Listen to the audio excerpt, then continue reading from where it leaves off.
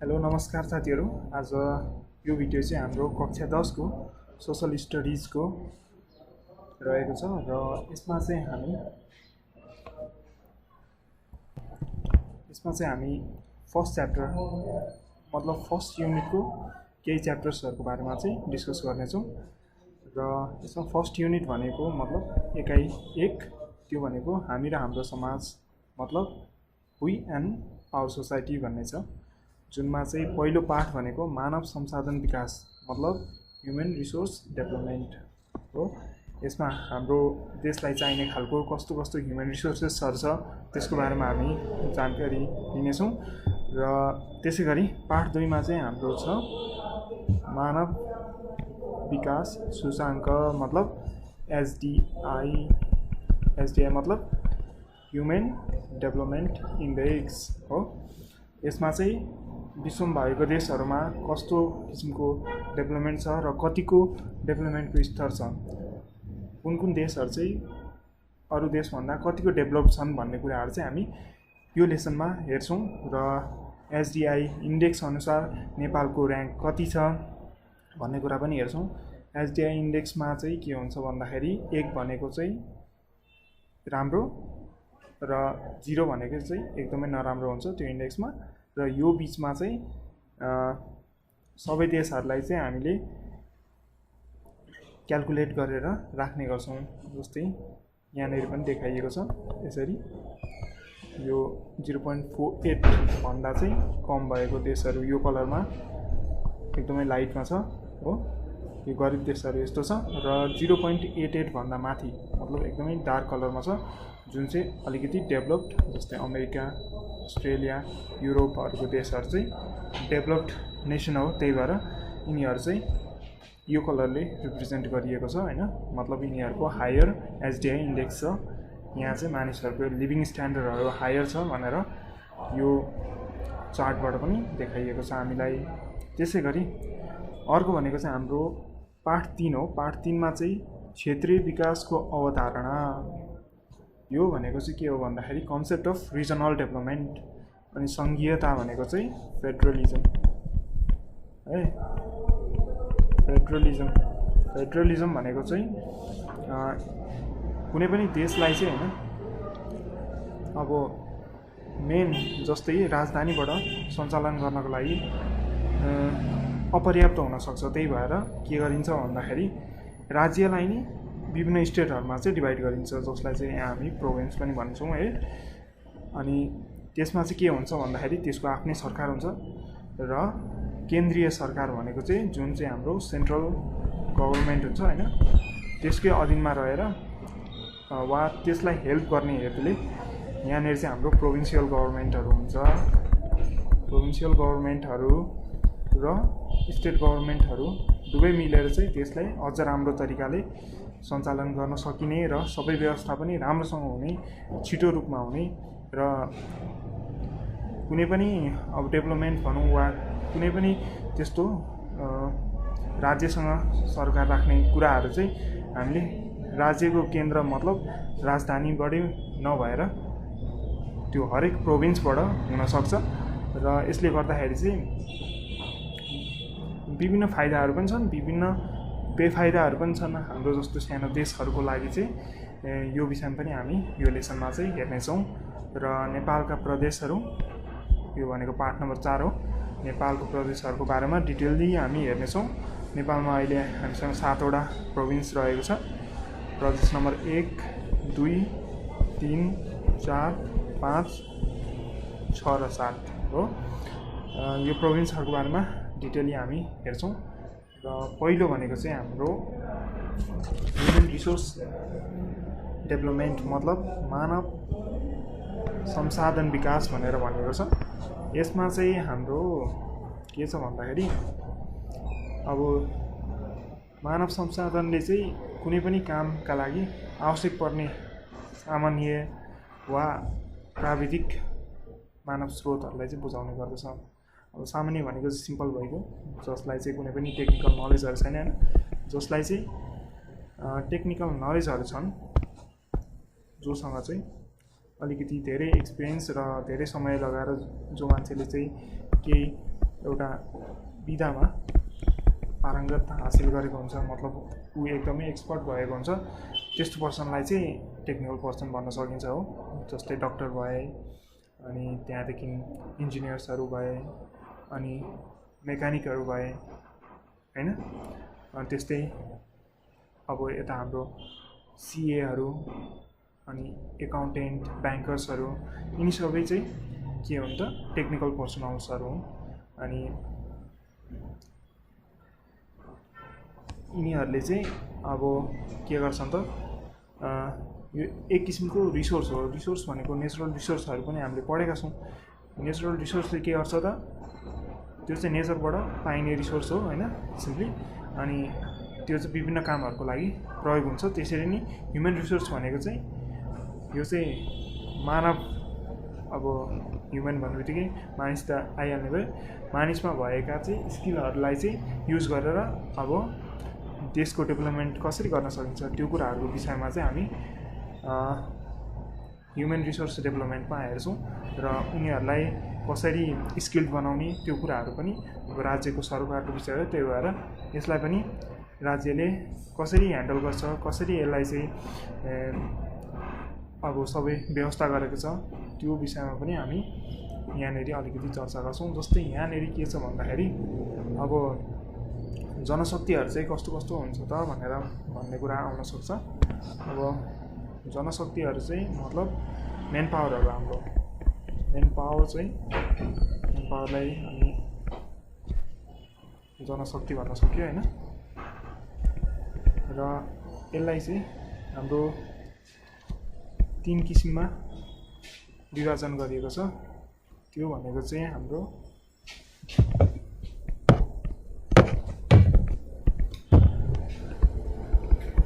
एउटा भनेको स्किल, यो चाहिँ हायर लेभलको भयो। यो भनेको दक्ष जनशक्ति भनेर भनिन्छ। उनीहरूले चाहिँ धेरै समय लगाएर कुनै पनि एउटा क्षेत्रमा चाहिँ धेरै ज्ञान हासिल गरेर, त्यसमा धेरै प्र्याक्टिस गरेर त्यसमा निपुणता हासिल गरिसकेका हुन्छन् है। अनि त्यसै गरी अर्को हुन्छन् सेमी स्किल्ड, जुन चाहिँ जस्तै डक्टर इन्जिनियर्सहरूले चाहिँ के गर्छन् भन्दाखेरि धेरै वर्ष लगाएर, अनि कुनै पनि अब वकिल भनौँ, कुनै पनि ब्याङ्कर्स भनौँ हैन, उनीहरूलाई त धेरै समय लागेको हुन्छ, वर्षौँ वर्ष, 10-15 वर्षभन्दा धेरै लागेको हुन्छ। उनीहरूले पढ्नु पऱ्यो, पढे पछाडि त्यसमा प्र्याक्टिस गर्नु पऱ्यो, अनि त्यहाँ पछाडि उनीहरूको पदहरू वृद्धि हुँदै गएर विभिन्न काम सम्हाले पछाडि उनीहरू चाहिँ दक्ष हुन्छन् हैन। तर त्यो दक्ष हुने क्रममा चाहिँ जुन हुन्छन् जनशक्तिहरू, जुन मेन पावरहरू छन्, तिनीहरू चाहिँ के हुन् त सेमी स्किल्डहरू हो। उनीहरूसँग चाहिँ एक्सपिरियन्स अलिकति कम हुन्छ र उनीहरूको त्यसमा दक्षता पनि अलिकति कम हुन्छ। त्यही भएर उनीहरू चाहिँ सेमी स्किल्ड क्याटेगोरीमा आए। त्यसै गरी अर्को चाहिँ के हुन्छ भन्दाखेरि अनस्किल्ड। अनस्किल्ड भनेको चाहिँ हाम्रो के हो भन्दाखेरि अब नेपालीमा चाहिँ अदक्ष भनेर भनिन्छ। अदक्ष हैन, अदक्ष। अदक्ष भनेको चाहिँ दक्ष नै नभएको हो नि। अब उनीहरूमा चाहिँ केही स्किलै हुँदैन, उनीहरू चाहिँ अब हार्ड लेबर गर्छन् हैन। यस्तो खाले मेन पावर पनि हाम्रो लागि एकदमै आवश्यक हुन्छ। किन भन्दाखेरि यो अरू दक्ष जनशक्तिहरू भनेको चाहिँ हाम्रो अप्पर लेभल, एक्जिक्युटिभ लेभलहरूमा चाहिँ प्राय हुन्छन् यिनीहरू हो। अनि फर्मुलेट गर्नको लागि त, त्यो कामहरू गर्नको लागि त, वास्तवमा एक्जिक्युट गर्नको लागि जुन तल्लो लेभलमा चाहिँ कार्यान्वयन गर्नको लागि चाहिँ हैन, कामहरू गर्नको लागि हामीलाई अनस्किल्ड मेन पावर धेरै चाहिन्छ। र अनस्किल्ड मेन पावरहरू पनि धेरै नै हुन्छ। तर अनस्किल्ड भन्दाखेरि पनि हामीलाई सेमी स्किल्डलाई चाहिँ काम गर्न गराउन र देशलाई पनि सेमी स्किल्ड खालको चाहिँ मान्छेहरूको आवश्यकता पर्दछ धेरै। मतलब हामीले कुनै पनि देशमा अनस्किल्ड भन्दा नि सेमी स्किल्डसम्म पनि त्यो देशमा धेरै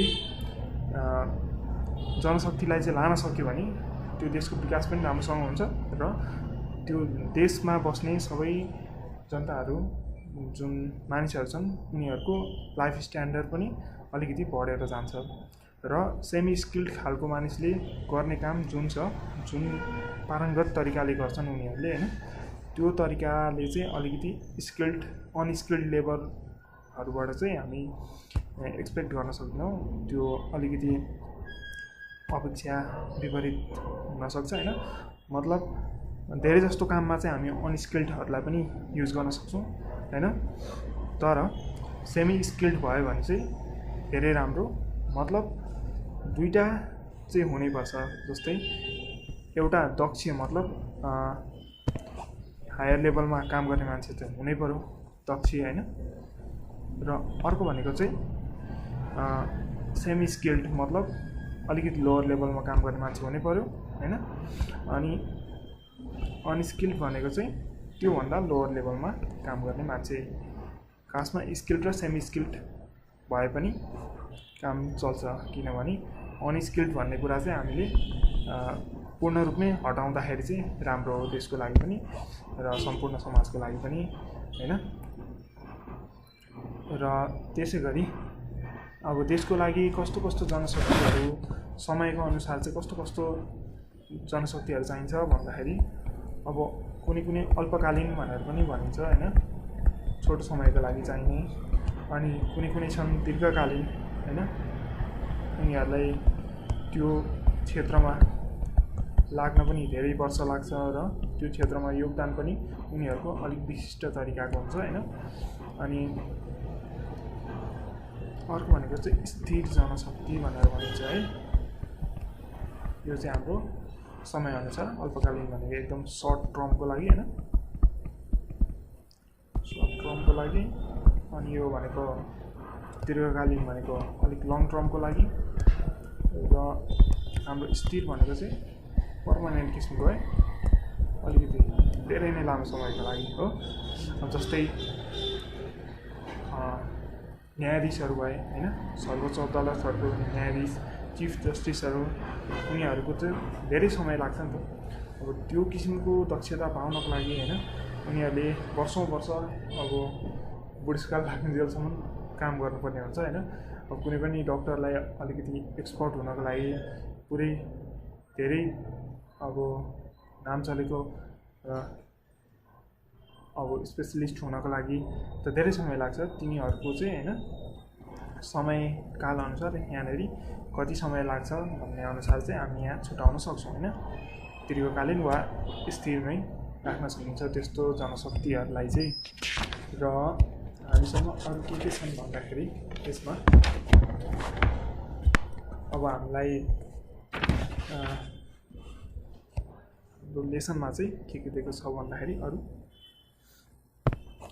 needs of human resource development भनेको छ हो। र यसलाई हामी यहीँबाट हेरौँ।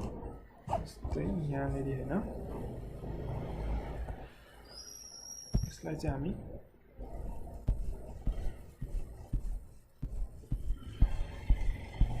यो चाहिँ हाम्रो सामाजिक अध्ययन किताब रहेको छ।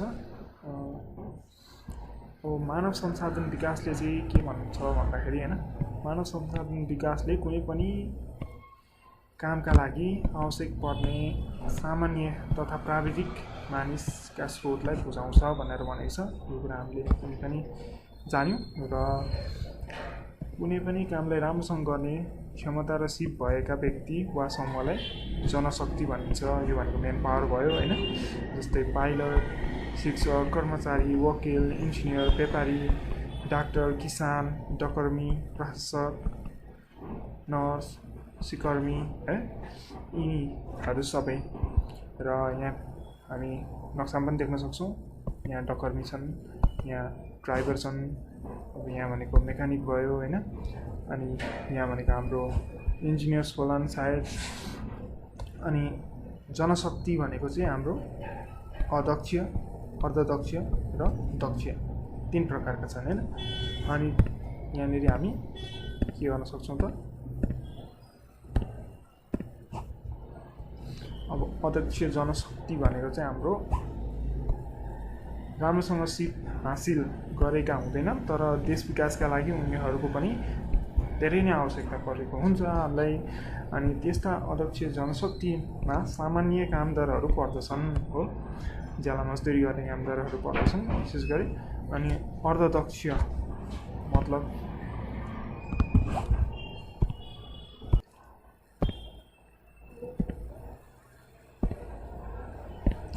अब अर्को भनेको चाहिँ हाम्रो के छ, अर्धदक्ष भनेको चाहिँ केही सिप हासिल गरेका तर केही सिप हासिल गरिसकेका तर पूर्ण रूपमा चाहिँ निपुण नभइसकेका कामदारहरू पर्दछन् हो। त्यसै गरी दक्षमा चाहिँ पूर्ण रूपमा ज्ञान सिप हासिल गरी निपुणता प्राप्त गरिसकेका जनशक्ति पर्दछन् हो। यस ओके। अनि त्यसै गरी हाम्रो के छ त अरू,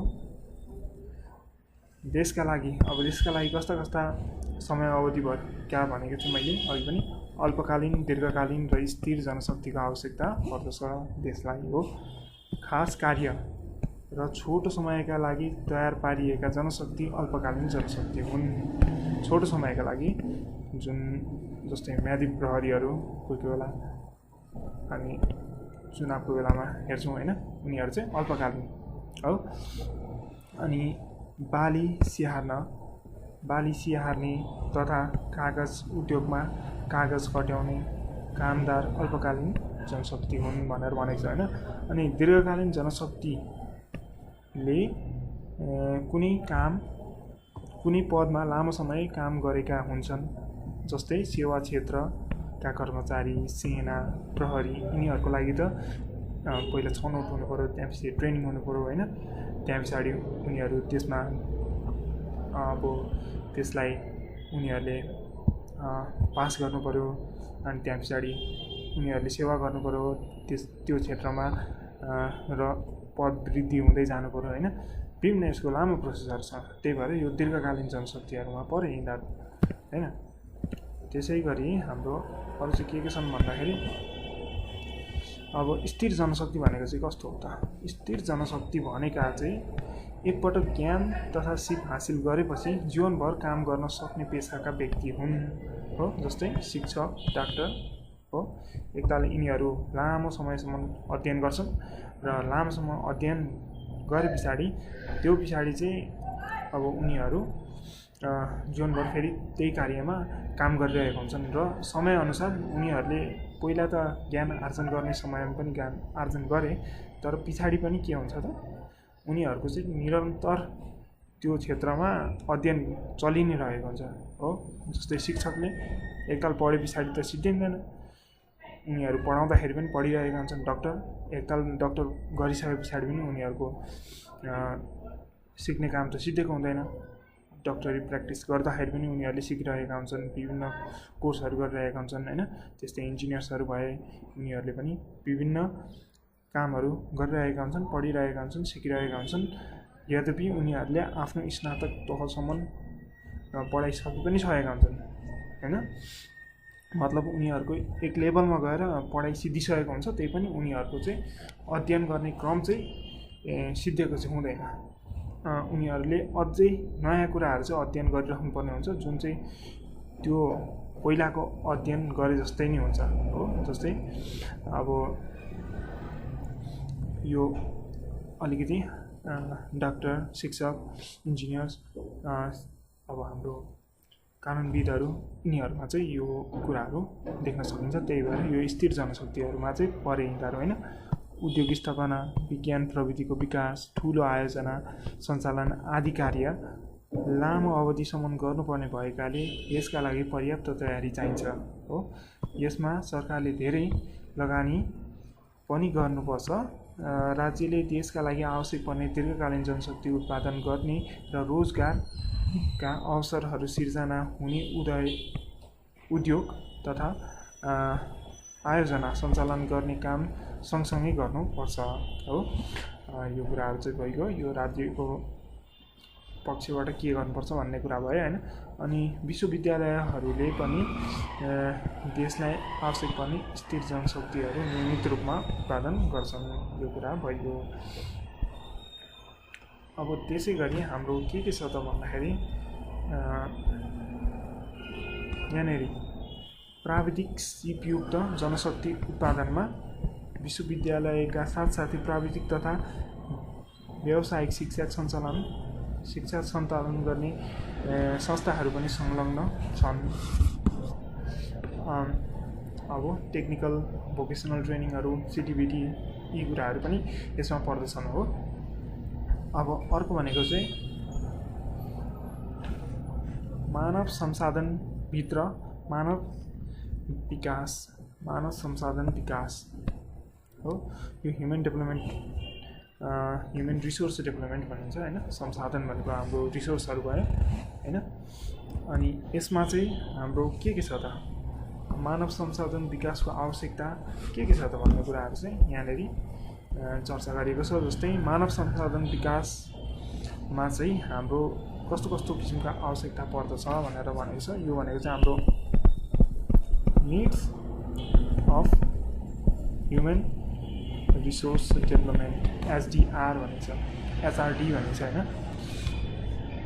एचआर भनेको ह्युमन रिसोर्स हो। अनि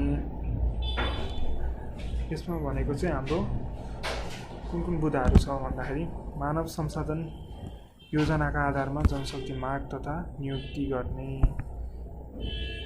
अनि यहाँ अरू अन्य विधाहरू पनि छन् हैन। यो निड्सहरू चाहिँ हामीले आवश्यकता कस्तो कस्तो छ भनेर यो बुदाहरू हेर्न सक्छौँ। र त्यसै गरी अब अर्को चाहिँ हेरौँ के छ त। यहाँनेरि हाम्रो मानव संसाधन विकासको महत्त्व के छ त। Importance of human development, human resource development. अब यसको भनेको चाहिँ हाम्रो जनशक्तिको कार्यक्षमता सिप एवं प्रविधिको स्तर उन्नति तथा संस्थाको सुधार जस्ता पक्षले विशेष भूमिका खेल्ने गर्दछ हैन। त्यसै गरी यहाँनेरि हाम्रो के छ त मानव सम्बन्ध विस्तारले कामको गुणस्तर तथा आन्तरिक व्यवस्थापनमा पनि सकारात्मक प्रभाव पर्छ। यसबाट समयको सदुपयोग, पुँजीको परिचालन, ऊर्जाको व्यवस्थापन, अपेक्षित उपलब्धि हासिल तथा तालिम विकास तथा क्षति न्यूनीकरणमा महत्त्वपूर्ण सहयोग प्राप्त भई संस्थाबाट उच्च उत्पादकत्व प्राप्त हुन्छ। यी कुराहरू चाहिँ हाम्रो इम्पोर्टेन्सहरू भयो हैन। अर्को भनेको चाहिँ विकासको प्रक्रिया कस्तो छ त्यसको बारेमा पनि यहाँ हामीसँग डिटेल्समा दिएको छन् बुकमा हैन। यो कुरा हामी हेर्न सकिहाल्छौँ। यहाँनेरि मानव संसाधन विकासको प्रक्रियामा सर्वप्रथम संस्थाका उद्देश्यहरूको पुनरावलोकन गरी त्यसका लक्ष्य र त्यसको उद्देश्य निर्धारण गरिन्छ। सो उद्देश्य सक्षम र प्रभावकारी रूपमा प्राप्त गर्न जनशक्ति तयारीको प्रक्रिया नै मानव संसाधन विकास प्रक्रिया हो भनेर भनेको छ। यही रहेको छ। सो अब यहाँनिर रहेको छ मानव संसाधन विकास चुनौतीका भावी दिशा, मतलब चुनौती र भावी दिशाहरू। मतलब चुनौती भनेको च्यालेन्जेस भइगयो, अनि भावी दिशा भनेको चाहिँ हाम्रो त्यसमा गर्न सकिने कामहरू, फरवर्ड वेजहरू के छ हैन। त्यही भन्न खोजेको challenges and way forward of human resource development in Nepal भनेर भनेको हो। यो खासमा यहाँ अलिकति यो पिडिएफमा यस्तो छ। यसमा के भन्न खोजेको छ भन्दाखेरि देशमा रोजगारीको अवसर कम हुँदा बेरोजगारी बढ्छ हो। कामको खोजीमा धेरै व्यक्ति विदेशिएका छन्। प्राविधिक एवं व्यवस्थापिका सिप र क्षमता भएका तथा अर्धदक्ष एवं दक्ष युवा जनशक्ति विदेशिदा विकास निर्माण कार्यमा आवश्यक पर्ने जनशक्तिको अभाव हुन्छ। यो हाम्रो एक किसिमको च्यालेन्ज भयो हैन हाम्रो लागि। अनि त्यसको लागि चाहिँ के गर्न सकिन्छ त। अब यहाँनेरि के छ भन्दाखेरि नेपालमा स्पष्ट मानव संसाधन नीतिको अभाव छ हो।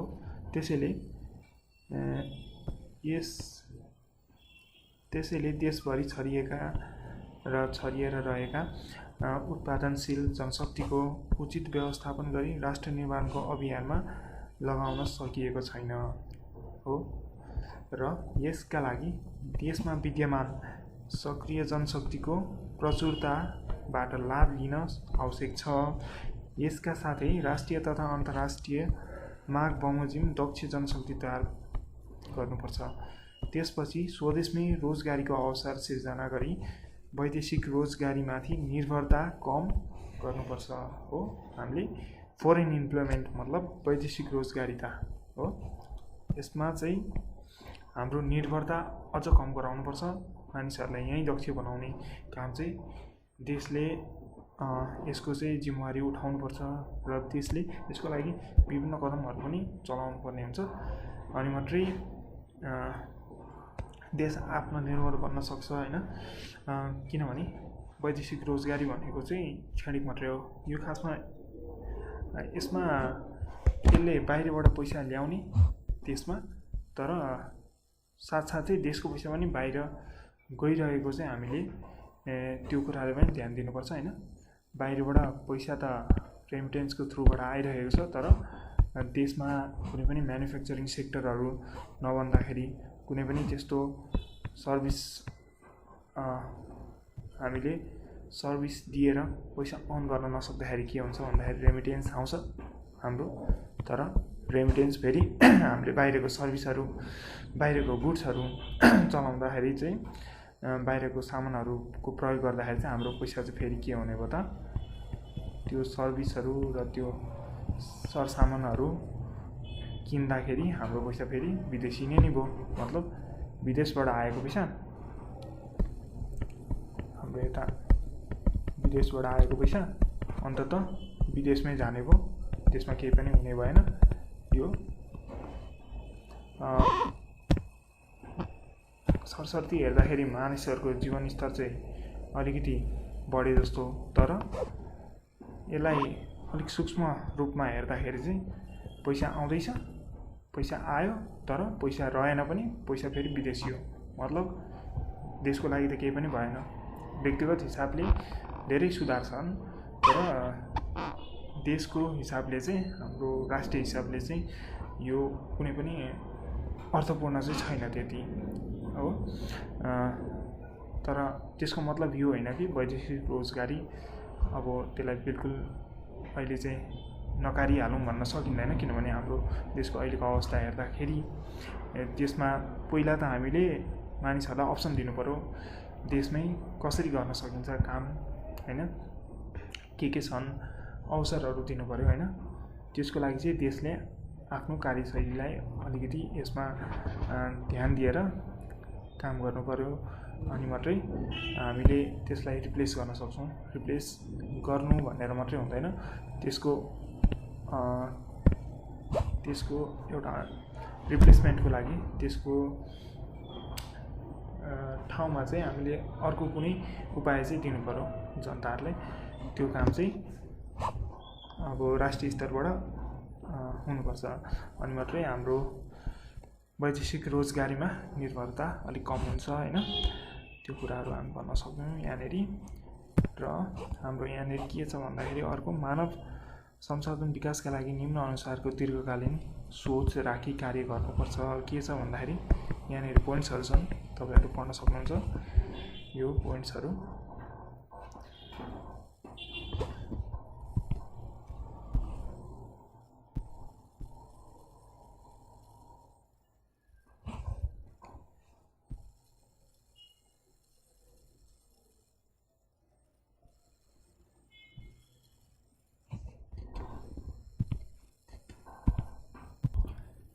यो बुदाहरू चाहिँ तपाईँहरू एकताल पज गरेर हेर्नु होला होइन। यो बुकमै पनि छ तपाईँहरूको किताबमै रहेको कुराहरू।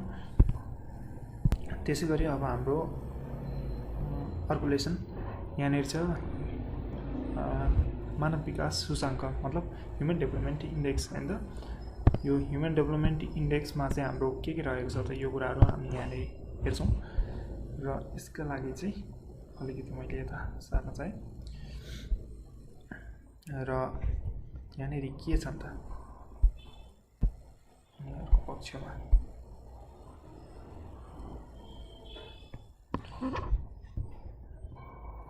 अब हाम्रो यहाँनिर यो इन्डेक्स भनेको चाहिँ एक किसिमको नम्बरको भ्यालुहरू हो हैन।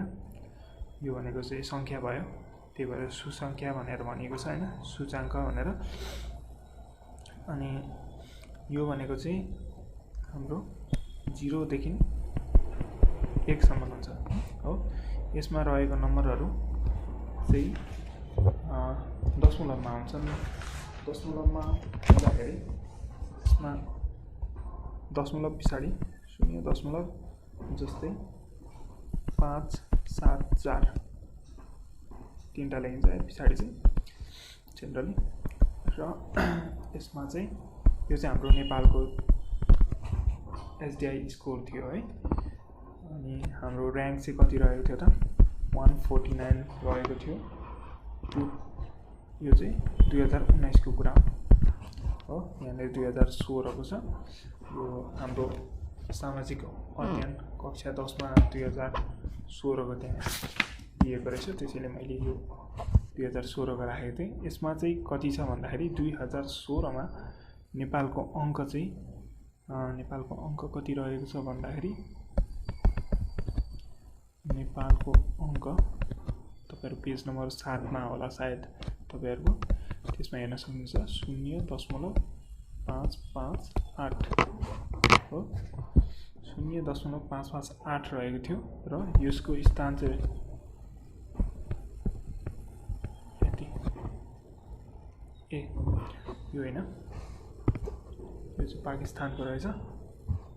हाम्रो नेपालको स्थान चाहिँ अलिकति बढी 144 थियो र 2019 मा आएर यो हामी हेर्न सक्छौं। अब यसमा चाहिँ दुईटा कुराहरू हेर्न सक्छौं, जस्तै यहाँ यो सूचाङ्क चाहिँ वृद्धि भएको छ अलिकति हो। यहाँनेर 5.8 थियो, यहाँ चाहिँ कति भएछ 7.474 भएछ। अगाडिको त उही भइगयो हैन। यो सूचाङ्क चाहिँ बढे हो, तर अब अरु देशहरुले पनि विकास हुँदैछन्। अरु देशहरु पनि उनीहरु अझ द्रुत गतिमा विकास भयो होला। मतलब हाम्रो 2016 मा जुन स्तर थियो त्यो भन्दा अलिकति कम देखिए जस्तो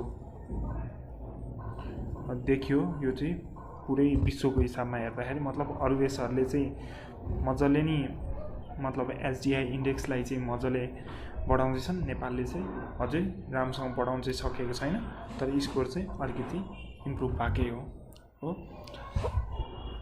अब यसमा के गर्न सकिन्छ भन्दाखेरि हामीले हेर्नुपर्ने हुन्छ यो एसडीआई लाई कसरी क्याल्कुलेट गर्ने भन्ने कुरा हो। कसरी एसडीआई लाई चाहिँ मतलब ह्युमन डेभलपमेन्ट इन्डेक्सलाई चाहिँ निकाल्छौं भन्ने यसको कुनै फर्मुलाहरु छ, मतलब सूत्रहरु छन्। त्यो चाहिँ म यहाँ सरसर्ती लेख्ने छु है। अब यसमा भनेको लाइफ एक्सपेक्टेन्सी इन्डेक्स भनेर भन्छ हो। यसलाई एलईआई भनेर भनिन्छ, मतलब भन्न सक्यो अहिले चाहिँ। अनि अर्को भनेको एजुकेसन इन्डेक्स भन्ने छ है, यसलाई ईआई लेख्न सक्यो। र अर्को भनेको इन्कम इन्डेक्स हो, यसलाई चाहिँ आईआई भन्न सक्यो। यो तीनटाले चाहिँ के दिन्छ त हामीलाई एसडीआई है। अब म नेपालीमा भनिदिन्छु यो के हो भनेर। अनि यो भनेको चाहिँ औसत आयु है, सूचक औसत आयु सूचक।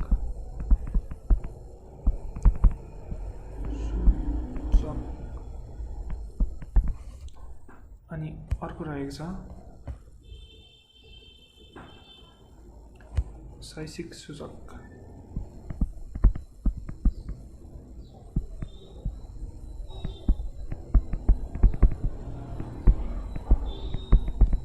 शैक्षिक सूचक अनि अर्को भनेको छ इन्कम भनेको आय हाम्रो कमाइ हैन यो सूचक यस्तो हुन्छ है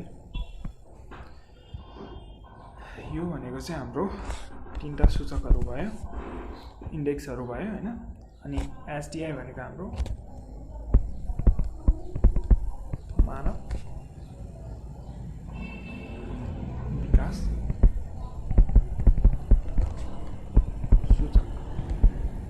सूचाङ्क अब यसको फर्मुला छ क्यूब रुट हुन्छ है यहाँ अनि क्यूब रुट भित्र के हुन्छ भन्दाखेरि हामीले यो यसलाई हिसाब गरेर निकालेको भ्यालु औसत आय सूचक इन्टु के हुन्छ त एजुकेशनल इन्डेक्स EI मतलब शैक्षिक सूचक इन्टु के हुन्छ त इन्कम इन्डेक्स भनेको आय सूचक II मतलब यहाँबाट आएको भ्यालु यहाँबाट आएको भ्यालुहरुलाई चाहिँ हामी इन्टु गरिदिन्छौँ यहाँ हो यसको गुणना जति आउँछ त्यसलाई चाहिँ क्यूब रुट गर्यौं भने त्यसको हाम्रो के आउँछ त एसडिआई इन्डेक्स आउँछ है अब यसको लागि चाहिँ के छ त अब यो भनेको चाहिँ हाम्रो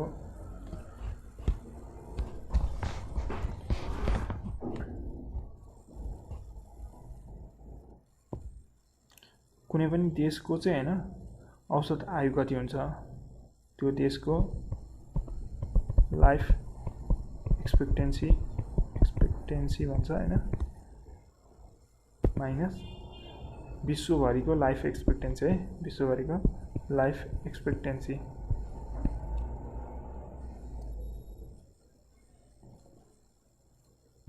अनि यहाँ भनेको विश्वभरिको सबैभन्दा ठुलो मतलब सबैभन्दा धेरै त्यो औसत आयु कसको छ त्यो देशको भ्यालु माइनस सबैभन्दा थोरै हो त्यसरी नै यहाँ एजुकेसन इन्डेक्स भनेर भनेको छ यसमा चाहिँ हाम्रो के हुन्छ भन्दाखेरि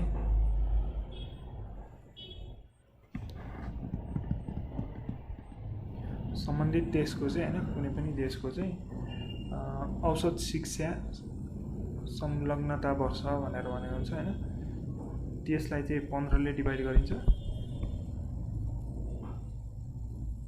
इंग्लिशमा चाहिँ यसलाई MSY भनेर पनि भन्न सक्यो मतलब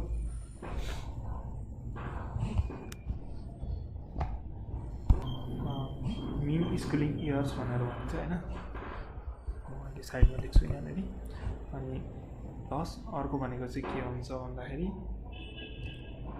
सम्बन्धित देशकै हैन अपेक्षित शैक्षिक संलग्नता वर्ष मतलब त्यहाँनेरि हाम्रो ESY भनेर भनिन्छ यसलाई चाहिँ 18 ले डिभाइड गरिन्छ हैन अनि यो दुईटाबाट जति आउँछ त्यसलाई चाहिँ 2 ले भाग गरिदिने हो यति गरेपछि यो पनि आउँछ र आयको बारेमा चाहिँ हाम्रो एउटा इन्कमको बारेमा चाहिँ सम्बन्धित देशको हैन प्रति व्यक्ति आय कति हुन्छ मतलब यसलाई PCI भन्छ इंग्लिशमा चाहिँ है पर क्यापिटा इन्कम भनेर भनिन्छ त्यो माइनस के हुन्छ भन्दाखेरि सम्पूर्ण विश्वकै सबैभन्दा थोरै न्यून PCI चाहिँ कसको छ हैन अनि बाइ यो विश्वको सबैभन्दा उच्च PCI कसको छ पर क्यापिटा इन्कम र विश्वकै सबैभन्दा थोरै PCI कसको छ भन्ने कुरा हुन्छ यहाँनेरि है यहाँनेरि अलिकति तपाईहरुलाई फर्मुलामा धेरै नै गाह्रो भयो जस्तो लाग्यो होला तर यो एउटा सिम्पल कुरा छ के छ भन्दाखेरि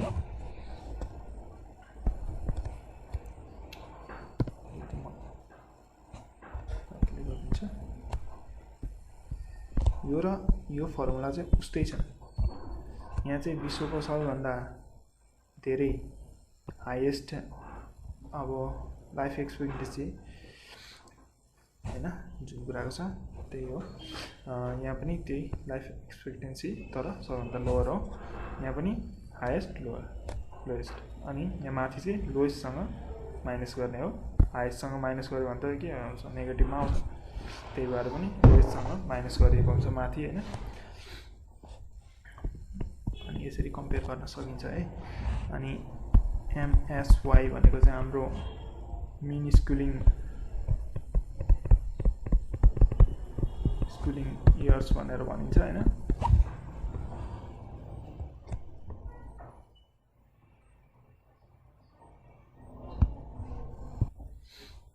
अनि अर्को भनेको ESY छ हैन।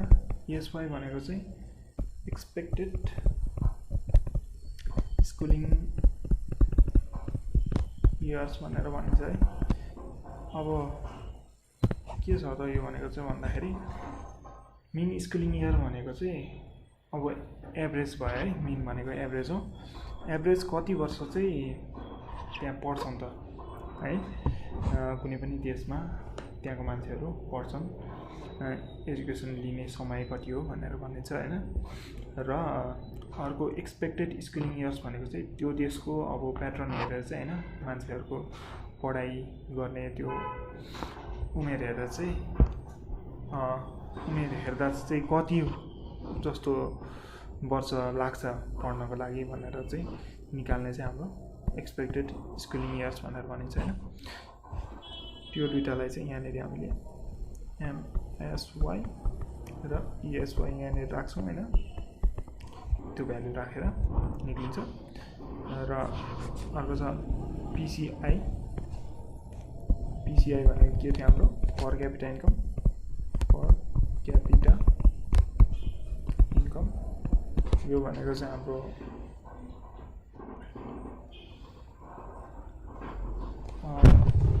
पर क्यापिटा इन्कम भनेको चाहिँ हाम्रो के हुन्छ भन्दाखेरि वर्षभरि एभरेज मान्छेले कति पैसा कमाउँछ त, उसको इन्कम कति छ भनेर त्यो चाहिँ पर क्यापिटा इन्कमले दिन्छ है।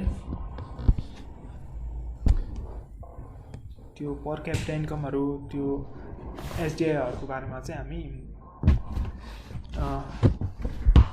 हिसाब पनि गर्नेछौँ र त्यसको लागि छुट्टै भिडियो पनि हुनेछ हैन। त्यसमा चाहिँ हिसाब गरेर हामी सबै हेर्नेछौँ। त्यो चाहिँ सरसर्ती हाम्रो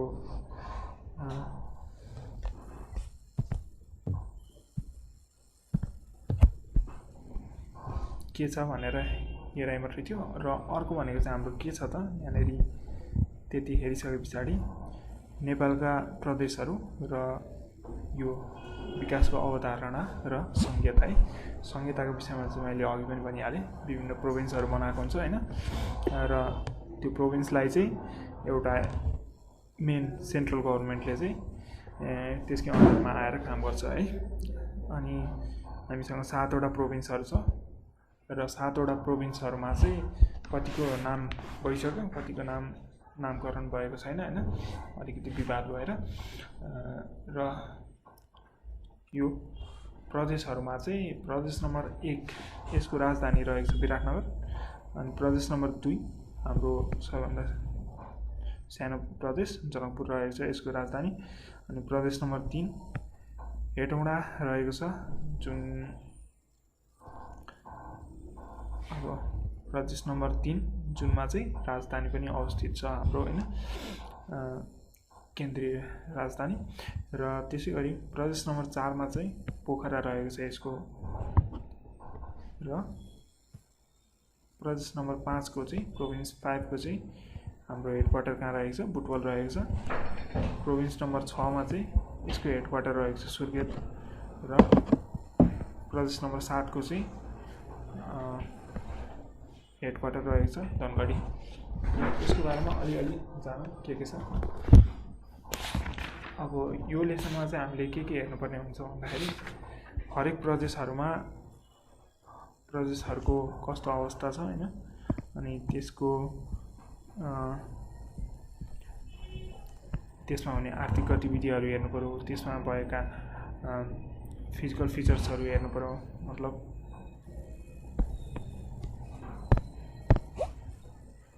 यसमा हामी फिजिकल फिचर्सहरू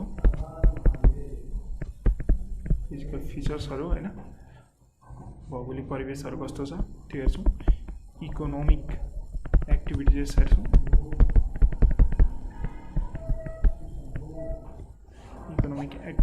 हेर्छौँ हामी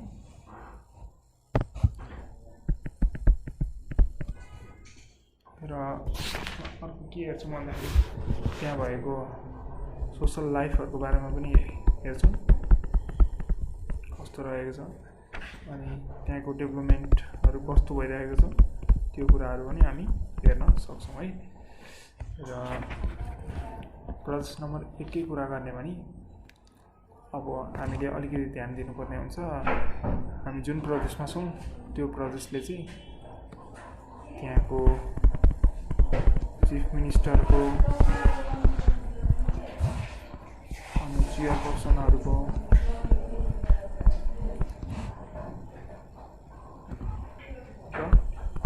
हेड अफ स्टेट भन्ने पनि हुन्छ उनीहरूको चाहिँ नाम याद गर्दा राम्रो हैन अनि हरेक त्यसको क्यापिटलहरू त याद गर्नु सबैलाई हो आवश्यक हरेक प्रोभिन्सहरूको हैन प्रोभिन्सहरूको र यो प्रोभिन्सहरूमा पनि सबभन्दा सानो प्रोभिन्स भनेर चाहिँ हामीले 2 नम्बर प्रोभिन्सलाई चाहिँ भनेको छौँ हैन त्यही हो सानो स्मलेस्ट प्रोभिन्स अनि यहाँनिर हाम्रो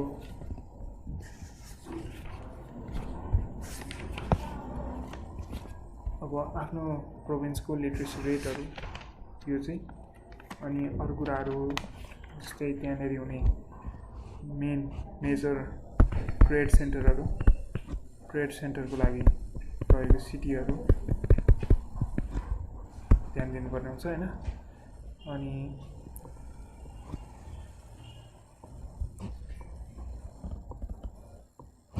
यो चाहिँ इकोनोमिक एक्टिभिटिजमा आउँछ जस्तै त्यहाँनिर भएको हाइवेजहरूको बारेमा पनि हेर्नुपर्ने हुन्छ त्यसै गरी एयरपोर्ट्स इन्डस्ट्रियल एरियाज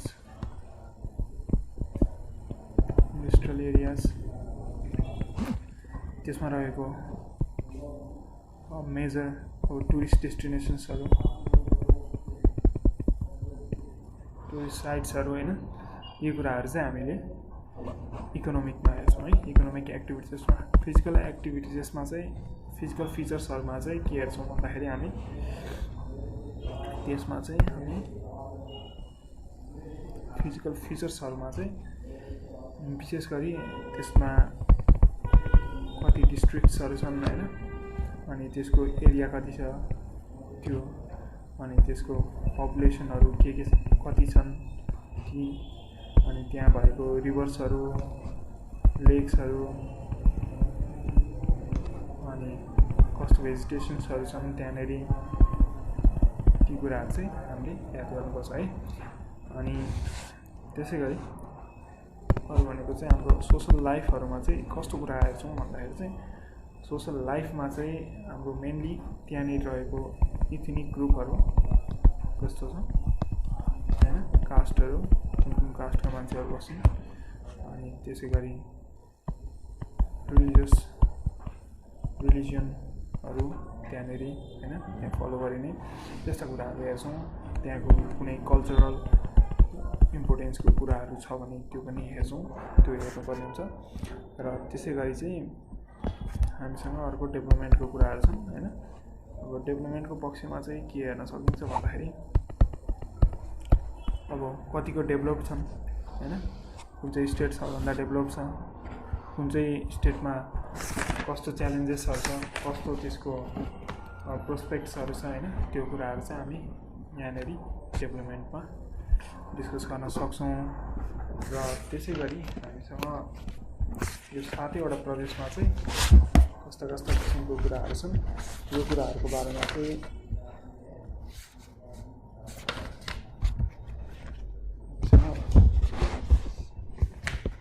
किताबबाट हेर्न सकिन्छ। यसलाई किताबबाट हेरौँ एकपटक।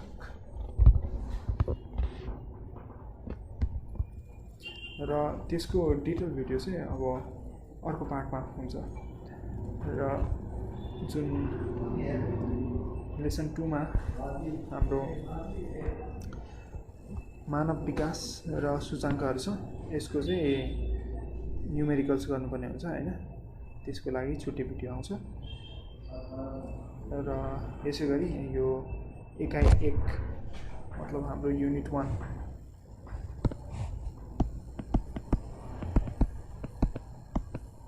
1 मा भएका कुराहरू चाहिँ यिनै हुन् सबै।